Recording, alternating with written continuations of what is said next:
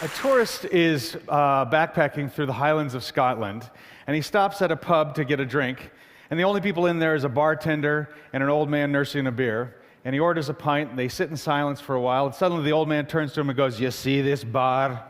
I built this bar with my bare hands, found the finest wood in the county, gave it more love and care than my own child, but do they call me McGregor the bar builder? No." Points out the window.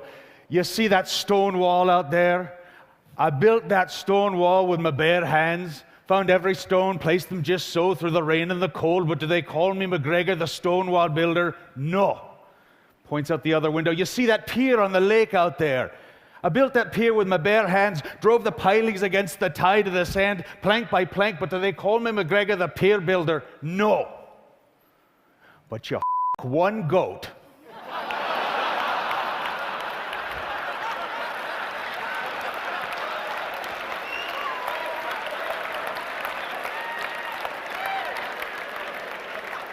Storytelling is joke telling. It's knowing your punchline, your ending, knowing that everything you're saying from the first sentence to the last is leading to a singular goal, and ideally confirming some truth that deepens our understandings of who we are as human beings. We all love stories. We're born for them. Stories affirm who we are. We all want affirmations that our lives have meaning.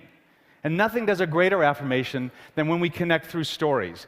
It can cross the barriers of time, past, present, and future, and allow us to experience the similarities between ourselves and through others, real and imagined. The children's television host, Mr. Rogers, always carried in his wallet a quote from a social worker that said, "Frankly, there isn't anyone you couldn't learn to love once you've heard their story." And the way I like to interpret that is probably the most greatest story commandment, which is make me care. Please, emotionally, intellectually, aesthetically, just make me care. We all know what it's like to not care. You've gone through hundreds of TV channels, just switching channel after channel, and then suddenly you actually stop on one. It's already halfway over, but something's caught you, and you're drawn in, and you care. That's not by chance, that's by design. Andrew Stanton is one of the most famous storytellers in Hollywood. His movies, Toy Story, Finding Nemo, and Wall-E, to name but a few, have become blockbusters and have probably revolutionized the way we view and perceive animated character films. Their incredible narrative is not based on luck, nor was it a momentary inspiration. Andrew Stanton, while writing these stories, knew exactly where to focus on and how to make them successful. In his own words, he actually knew how to care. Like Andrew Stanton, I did not decide to start this video with a recount of his story by chance. I wanted to actually find a concrete way to introduce you to the power of storytelling. For I hold the conviction that storytelling is a skill every single one of us ought to understand and eventually to cultivate.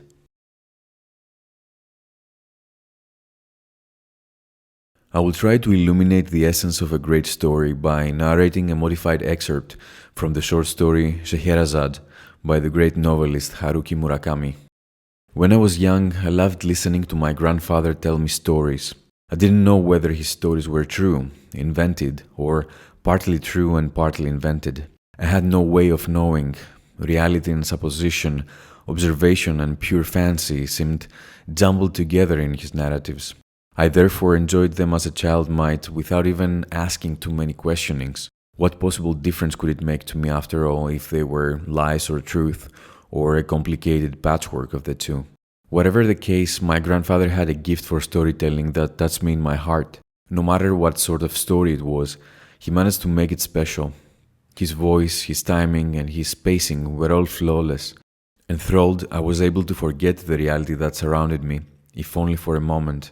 Like a blackboard wiped with a damp cloth, my worries were erased, as were unpleasant memories. At this point in my life, this kind of forgetting was what I desired more than anything else. The essence of a great story is its ability not only to make you care, as Andrew Stanton stated, but also to make you forget. Forget your worries, your problems, even your pain.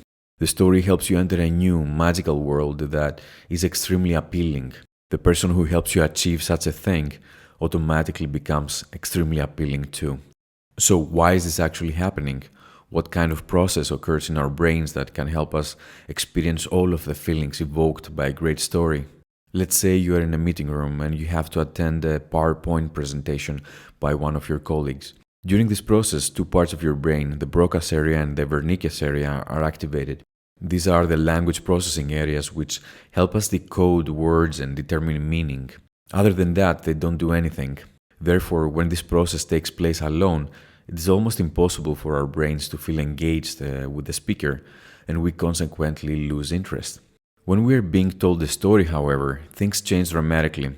Not only are the language processing parts in our brain activated, but so is any other area of our brain that we would use to experience the events of the story.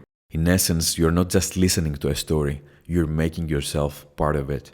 Yuri Hasson, associate professor of psychology at Princeton University, in one of his papers states, "When we narrate stories that have had a huge impact on our lives, we can pass the feeling we have experienced to other people too." During a research study, when the narrator spoke English, the volunteers understood her story and their brains synchronized. When she had activity in her insula, which is an emotional brain region, the listeners did too. When her frontal cortex lit up, so did theirs. By simply telling a story, the woman could plant ideas, thoughts, and emotions into the listener's brains. So anything you have experienced, you can help others experience the same thing, or at least activate the same brain areas in them that were activated during your experience. Storytelling is an essential part of communication. It is the most effective way to learn, digest information, become energized, be influenced, and get carried away. Although it seems quite challenging to master the art of storytelling, when you manage to understand the main principles of a great story, you are in a position to deconstruct them and build a system off of them. My storytelling system is called CU, and it is inspired by Andrew Stanton's TED Talk, as well as countless interesting stories I have heard and read. The main pillars of the system are as follows: stick to a central theme, evoke wonder, embrace change, use personal experience.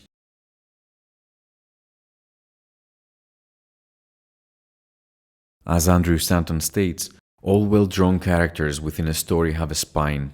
This is their inner motor, a dominant, unconscious goal that they are striving towards, a niche that they cannot scratch. Michael Corleone, for instance, in The Godfather, was driven by a constant underlying theme, which was to please his father. It consumed his entire life, and it was visible throughout the movie. When you're telling a story, whether you want to draw on details from your personal experiences or from somewhere else, try to be congruent with your theme. Is your story about existential angst? Is your story about the struggle of being human? Is it about the depth of your emotional or intellectual world? Whatever your theme and its emotional underpinning, make sure that it prevails throughout the story. This is what keeps people engaged and helps them resonate with your emotional world.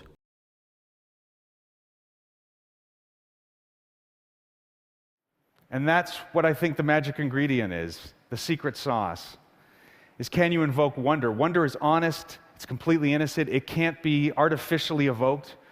For me, there's no greater ability than the gift of another human being giving you that feeling. To hold them still just for a brief moment in their day and have them surrender to wonder. When it's tapped, the affirmation of being alive, it reaches you almost to a cellular level. And when an artist does that to another artist, it's like you're compelled to pass it on. It's like a dormant command that's suddenly activated in you, like a call to Devil's Tower. Do unto others what's been done to you. The best stories infuse wonder. Let me repeat his words so you can realize the profundity of what he just said. Managing to hold your audience still for just a brief moment in their day and have them surrender to wonder is a skill that, when performed correctly, can reach you to an almost cellular level. A great example of a person who manages to evoke wonder in his speeches is Dr. Jordan Peterson. Here is a small clip that signifies that. Beauty is so valuable, and we're so afraid of it. And I think we're afraid of it because it's a pathway. It's not the only pathway to the divine. I mean, there's pathways to the divine. Love is one of them, I suppose. But beauty, especially for people who have an affinity for beauty. It's like music. It's one of those things that you can't argue against, right? You can't even understand. It just hits you.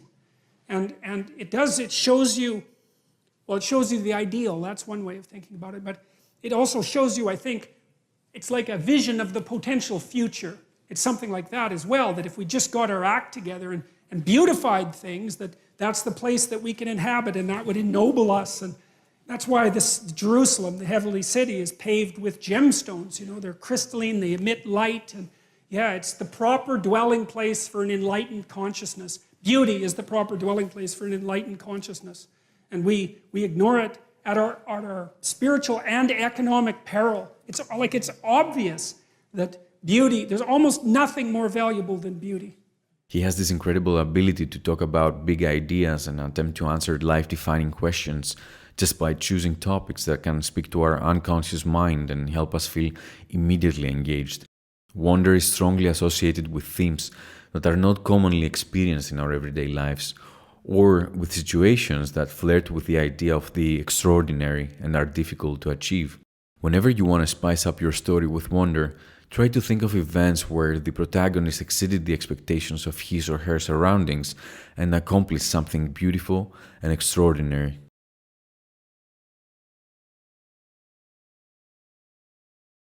So we're all learning all the time.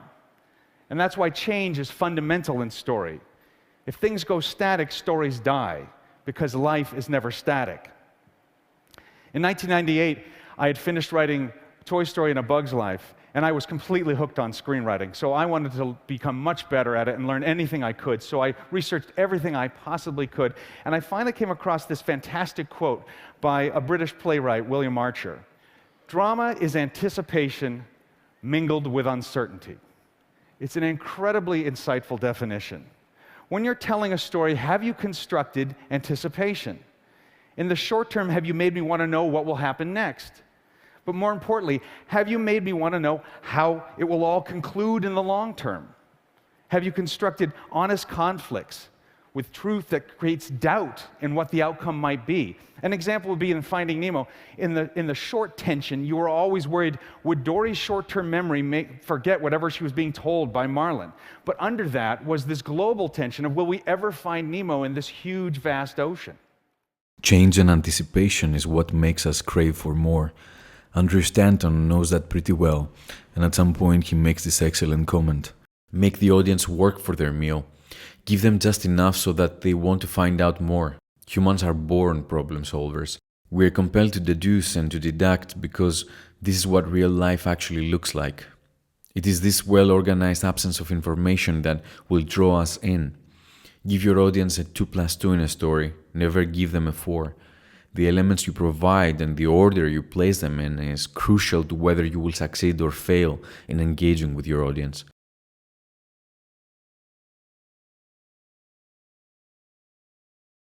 Use what you know, draw from it. It doesn't always mean plot or fact. It means capturing a truth from your experiencing, expressing values you personally feel deep down to your core. Personal stories help us to speak from our hearts. Once we do so, the listener immediately identifies value in our story and can easily relate to it. As discussed earlier, people want you to make them care or sometimes even forget. That is why personal experiences are important. They are the most effective way to make yourself relatable and help others become lost in your narrative. The best storytellers look for their own memories and life experiences for ways to illustrate their message.